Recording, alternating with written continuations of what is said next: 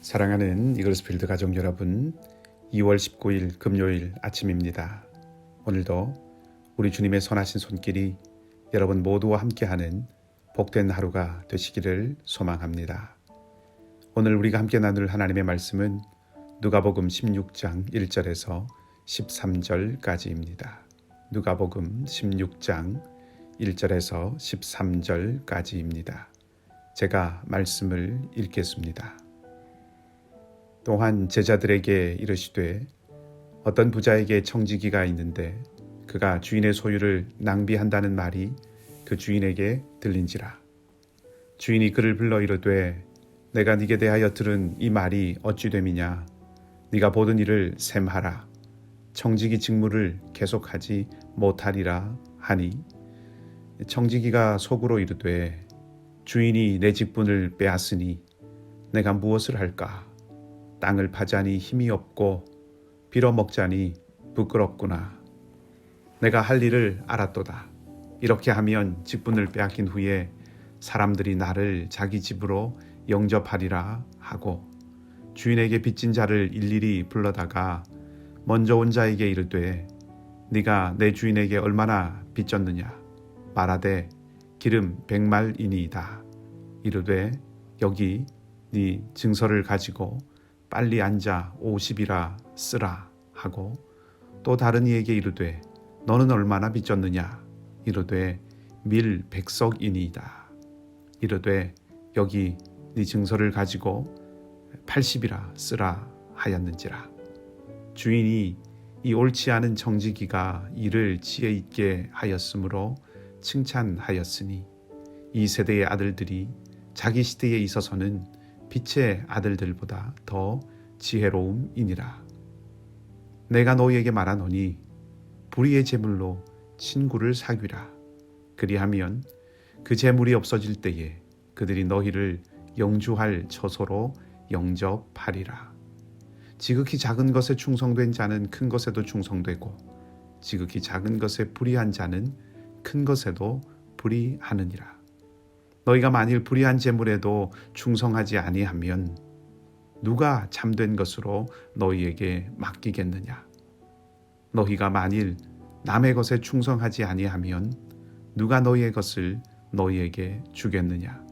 지파인이 두 주인을 섬길 수 없나니 혹 이를 미워하고 저를 사랑하거나 혹 이를 중히 여기고 저를 경히 여길 것임이니라. 너희는 하나님과 재물을 겸하여 섬길 수 없느니라. 아멘. 먼저 말씀드릴 것이 있습니다. 오늘 살펴볼 본문과 내일 묵상할 본문이 하나로 연결되어 이어져 있다는 것을 기억하고 계셔야 합니다. 조금 더 넓게 보면 15장 1절부터 내일 보게 되는 16장 31절까지가 다 한 덩어리입니다. 세리와 죄인들이 예수님께 가까이 나오고 예수님께서 그들을 환대하셔서 함께 식탁에 앉으시자 바리새인들과 서기관들이 예수님의 처신을 문제 삼고 수군거렸습니다. 그것이 15장 앞부분에 나온 장면이죠. 그때 바리새인들과 서기관들을 향해서 예수님께서 누가복음 15장에 기록되어 있는 그 세 가지 비유를 말씀하신 것입니다. 하나님은 잃어버린 자를 찾으시는 분이시고, 그런 하나님 앞에서 큰아들처럼 행동하면 안 된다. 그렇게 말씀을 하시는 것이죠. 그리고 오늘 16장 1절은 제자들에게도 말씀하셨다. 이렇게 시작합니다. 지금 예수님 앞에 한쪽 편에는 바리새인들이, 또 다른 한쪽 편에는 제자들이 함께 있는 것입니다. 이들 한가운데서 바리새인들에게 말씀하시기를 마치신 예수님께서 이제 이어서 오늘 제자들에게 말씀을 하시는 모습입니다. 여전히 바리새인들도 예수님 앞에 있습니다. 자, 이 말씀을 드리는 이유는 바로 이런 상황이기 때문에 잃어버린 자를 대하는 태도라고 하는 이 15장의 주제가 오늘도 계속 이어지고, 또 그것이 발전하고 있다는 것을 말씀드리기 위해서입니다. 오늘과 내일 본문을 읽는데 아주 중요한 포인트입니다. 그리고 또 한 가지는 15장을 바리새인들에게 하신 말씀이지만 제자들도 그 이야기를 같이 듣고 있고, 마찬가지로 오늘 16장의 말씀도 제자들에게 하시는 말씀이지만 바리새인들이 같이 듣고 있다는 점도 기억해야 합니다. 그것을 기억해야 하는 이유는 예수님께서 15장과 마찬가지로 계속해서 이 바리새인들을 향해서 일종의 경고를 날리고 계시다는 것을 놓치지 않기 위해서입니다. 이것도 오늘과 내일 본문을 읽는데 매우 중요한 포인트라고 생각합니다. 자, 서론이 좀 길었는데 이제 본문을 보십시다. 오늘 이야기는 사실 이해하기가 쉽지 않은 비유처럼 보입니다. 이야기 내용도 그렇고 또 예수님께서 비유 이후에 하신 말씀들도 좀 어렵게 보입니다. 물론 여러 많은 해석과 학자들의 접근이 있습니다만은 키워드는 물질과 환대라고 할 수 있습니다. 그리고 결론은 가지고 있는 물질로, 가지고 있는 소유로 작은 자들, 약한 자들을 환대하라. 그것이 물질에 대해서 바른 태도다라고 지금 예수님께서 말씀을 하시는 것입니다. 비유를 이런 관점에서 한번 읽어 보십시다. 먼저 비유는 비유입니다. 현실을 반영한 것이지만 비유는 비유이기 때문에 반드시 상식적이지는 않습니다. 왜냐하면 비유는 전하고자 하는 메시지를 위해서 사용하는 것이기 때문에 그렇습니다. 한 부자에게 재산을 관리하는 청지기가 있었는데 이 청지기가 주인의 재산을 낭비한다는 소문이 주인에게 들렸습니다. 주인은 그 청지기에게 해고 통보를 하고 일을 마무리할 수 있는 시간을 줍니다. 청지기는 주인에게 빚진 사람들의 빚을 깎아주어서 나중에 자기가 어려울 때 자기를 도와줄 친구로 만들죠. 주인은 이 청지기가 그렇게 자기 미래를 준비하는 것을 보고 슬기롭다고 말합니다. 이 비유에서 어떤 도덕적이고 윤리적인 이슈를 찾아내려는 시도는 필요할 수도 있겠지만 비유의 핵심은 그런 부분이 아니라 이 청지기가 아직은 사용 가능한 물질, 물론 주인의 것입니다만은 아직은 자기가 관리 가능한 그 물질을 가지고 자기의 미래를 준비했다 하는 데 있습니다. 조금 더 단순하게 말씀드리면 물질을 미래를 준비하는 데 사용했다는 것이죠. 보험에 들거나 은퇴연금을 든 것이 아닙니다. 이 청지기는 물질을 가지고 자기를 환대해 줄 사람을 만들었습니다. 아주 단순하게 표현하면 물질을 환대를 위해서 사용했다는 것입니다. 자, 이것을 예수님께서 뒤집어서 말씀하시는 것이죠. 이 세대의 사람들이 물질을 가지고 자기가 환대받는 것을 준비한다. 이렇게 물질에 충성스럽다, 미래를 준비한다 하시는 것이죠. 물론 여기서 충성스럽다는 것은 부정적인 의미이겠죠. 바꿔 말하면 이렇게 약삭빠르다. 자기 자신을 위해서 이렇게 물질을 잘 활용하며 산다. 이렇게 말씀을 하시는 것입니다. 그러면서 동시에 그런데 빛의 아들들은 오는 세대, 하나님 나라의 새 시대를 위해서, 그 미래를 위해서 어떻게 해야 하겠느냐 하고 말씀을 하시는 것입니다. 빛의 아들들이 물질에 대해서 책임감 있는 태도를 갖는 것도 마찬가지로, 이 불의한 청지기가 했던 것과 마찬가지로 사람을 사귀는 것입니다. 그런데 그 청지기는 나를 환대해 줄 사람을 사귀었다면 빛의 아들들, 오고 있는 하나님 나라의 새 시대를 기다리고 준비하는 그 사람들은 내가 아니라 내가 환대해야 할 사람, 나를 환대해 줄 사람이 아니라 내가 환대해야 할 사람을 사귀어야 한다 하는 것입니다. 조금 구체적으로 보면 9절 말씀에 친구를 사귀라 이렇게 말씀을 하셨는데 14장 12절에서 14절까지의 말씀을 보면 사귀어야 하는 그 친구는 바로 갚을 수 없는 형편에 있는 사람들입니다. 예수님께서 그 14장에서 잔치를 베풀 때는 갚지 못할 사람들을 불러와야 한다고 말씀을 하셨습니다. 갚을 것을 기대하지 않는 베품이지요. 그것이 곧 환대입니다. 물질이 있다면 연약한 자를 생각하라 하는 말씀이죠. 그것이 바른 사용, 물질에 대한 책임감 있는 태도, 물질에 대한 신실한 태도라는 것입니다.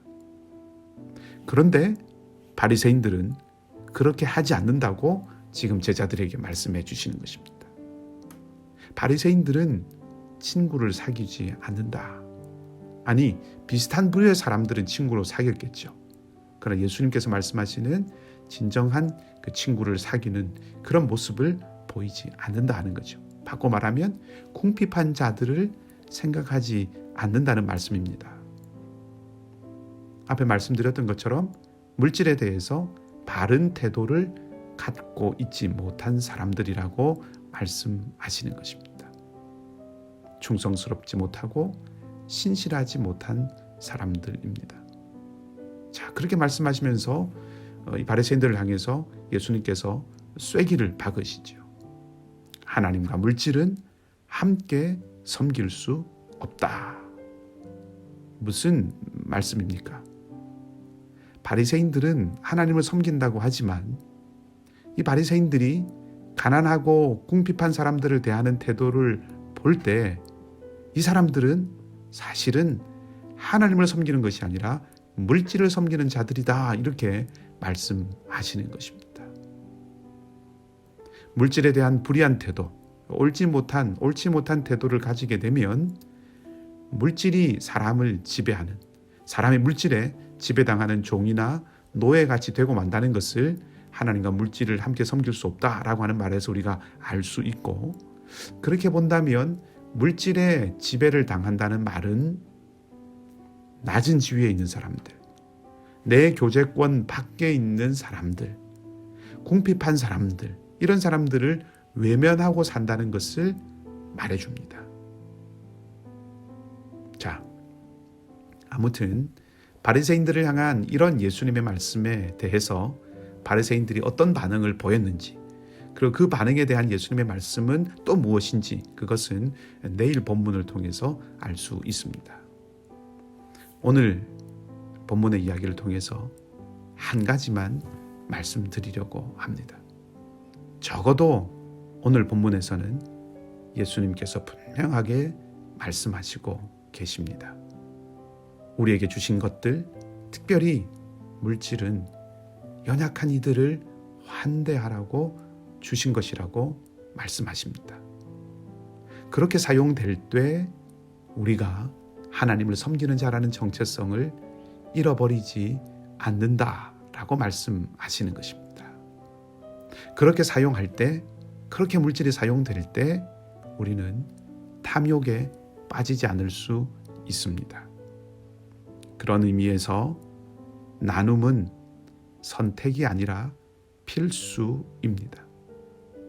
오늘 여러분은 가족들과 이웃들과 스치고 만나는 이들과, 아니 주님이 베풀어 주신 이 자연과 우리가 살아가는 이 사회와 무엇을 나누시겠습니까?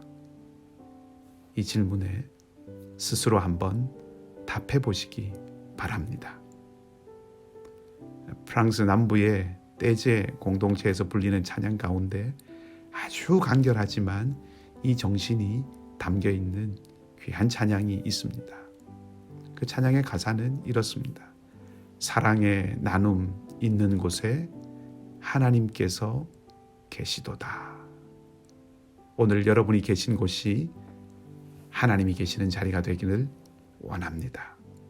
오늘 여러분의 계신 곳이 하나님께서 함께 하시는 그런 자리가 되기를 축복합니다. 함께 기도하겠습니다. 하나님, 모든 것을 공급하시는 분이 우리 아버지이심을 고백합니다. 우리에게 주신 소유 중 그 어느 것 하나도 하나님께서 허락하시지 않으신 것이 없습니다.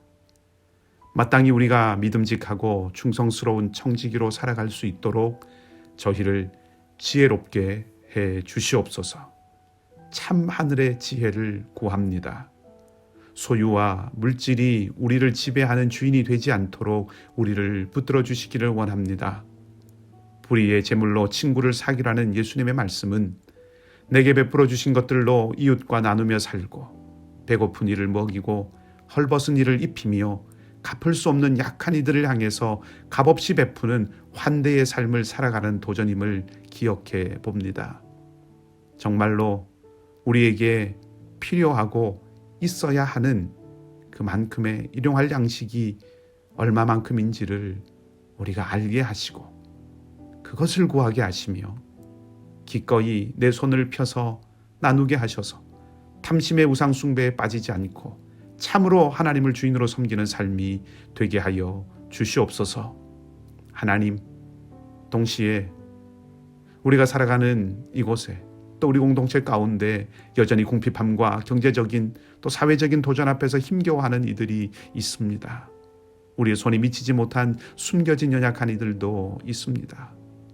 주님, 찾아가시고 위로하시며 은혜를 베풀어 주시고 우리의 눈이 띄어지게 하셔서 그들을 찾게 하시고 보게 하시고 함께하게 하여 주시옵소서.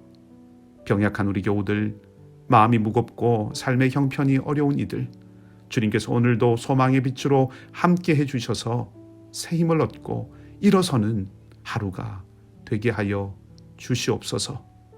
우리의 삶의 모든 곳에, 우리의 마음과 생각의 모든 곳에 진리와 생명 되신 말씀의 빛이 늘 비추이기를 원하며 좋으신 우리 주님 예수 그리스도의 이름으로 기도하옵나이다. 아멘.